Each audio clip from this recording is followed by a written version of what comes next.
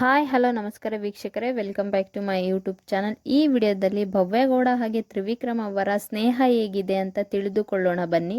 ಅದಕ್ಕೂ ಮುಂಚೆ ಇದೇ ಮೊದಲ ಬಾರಿಗೆ ನಮ್ಮ ಚಾನಲ್ ನೋಡುತ್ತಿದ್ದರೆ ನಮ್ಮ ಚಾನಲನ್ನು ಸಬ್ಸ್ಕ್ರೈಬ್ ಮಾಡಿಕೊಳ್ಳಿ, ಹಾಗೆ ಪಕ್ಕದಲ್ಲಿರುವ ಬೆಲ್ ಐಕಾನನ್ನು ಒತ್ತಿ. ವಿಡಿಯೋ ಇಷ್ಟ ಆದರೆ ವಿಡಿಯೋಗೊಂದು ಲೈಕ್ ಕೊಡಿ.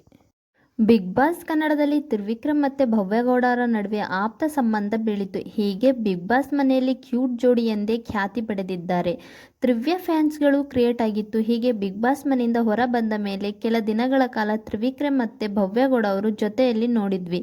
ನಂತರ ಬಿಗ್ ಬಾಸ್ ಮನೆಯಿಂದ ಹೊರ ಬಂದ ಮೇಲೆ ಇಬ್ಬರು ತಮ್ಮ ತಮ್ಮ ವೃತ್ತಿಪರ ಜೀವನದಲ್ಲಿ ಬ್ಯುಸಿಯಾಗಿದ್ದಾರೆ.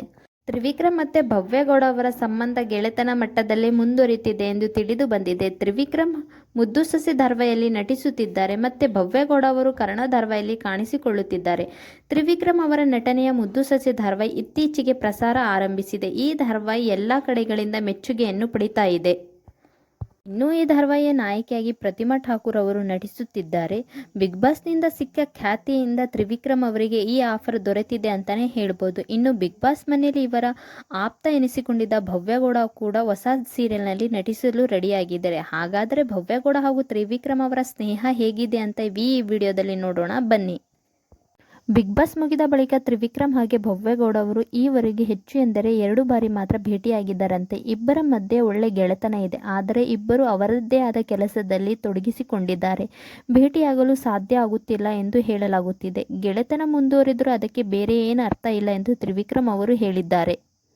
ಇನ್ನು ತ್ರಿವಿಕ್ರಮ್ ಅವರು ಬಿಗ್ ಬಾಸ್ ಮುಗಿದ ಬಳಿಕ ಸಿಸಿಎಲ್ನಲ್ಲಿ ಬ್ಯುಸಿ ಆದರು. ಆ ಬಳಿಕ ಅವರಿಗೆ ಮುದ್ದು ಸೊಸೆಯ ಧಾರಾವಾಹಿಯಿಂದ ಆಫರ್ ಬಂತು. ಅವರು ಇದರಲ್ಲಿ ಭದ್ರೇಗೌಡ ಹೆಸರಿನ ಪಾತ್ರದಲ್ಲಿ ನಟಿಸುತ್ತಿದ್ದಾರೆ. ಇನ್ನು ಭವ್ಯಗೌಡ ಅವರಿಗೆ ದೊಡ್ಡ ಮಟ್ಟದ ಆಫರ್ ಸಿಕ್ಕಿದೆ. ಜಿ ಕನ್ನಡದಲ್ಲಿ ಕರ್ಣ ಹೆಸರಿನ ಧಾರಾವಾಹಿಯಲ್ಲಿ ನಟಿಸುತ್ತಿದ್ದಾರೆ.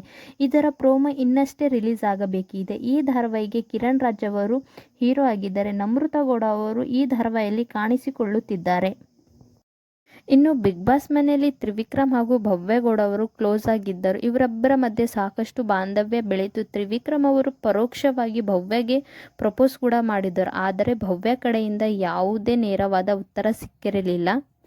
ಈಗಲೂ ಕೆಲ ಅಭಿಮಾನಿಗಳು, ತ್ರಿವಿಕ್ರಮ್ ಹಾಗೆ ಭವ್ಯಗೌಡ ಅವರ ಅಭಿಮಾನಿಗಳು, ಇವರಿಬ್ಬರು ಮದುವೆ ಆಗಬೇಕು ಅಂತ ಬಯಸುವರು ತುಂಬ ಜನನೇ ಇದ್ದಾರೆ. ಭವ್ಯಗೌಡ ಅವರ ಬಗ್ಗೆ ಹಾಗೆ ತ್ರಿವಿಕ್ರಮ್ ಅವರ ಬಗ್ಗೆ ನಿಮ್ಮ ಅನಿಸಿಕೆ ಮತ್ತು ಅಭಿಪ್ರಾಯವನ್ನು ಕಮೆಂಟ್ ಮಾಡಿ ತಿಳಿಸಿ. ಹಾಗೆ ಮೋಕ್ಷಿತಾ ಅವರಿಗೆ ಜೋಡಿ ಆಗಬೇಕಾ ತ್ರಿವಿಕ್ರಮ್ ಅವರು, ಅಥವಾ ಭವ್ಯಗೌಡ ಅವರಿಗೆ ಜೋಡಿ ಆಗಬೇಕಾ ಅಂತ ಕಮೆಂಟ್ ಮಾಡಿ ತಿಳಿಸಿ. ತ್ರಿವ್ಯ ಫ್ಯಾನ್ಸ್ ಹೆಚ್ಚಿದರಾ ಅಥವಾ ತ್ರಿಮೋಕ್ಷಿ ಫ್ಯಾನ್ ಹೆಚ್ಚಿದರಾ ಅಂತ ಕಮೆಂಟ್ ಮಾಡಿ ತಿಳಿಸಿ. ವಿಡಿಯೋ ನೋಡಿದ್ದಕ್ಕಾಗಿ ಧನ್ಯವಾದಗಳು.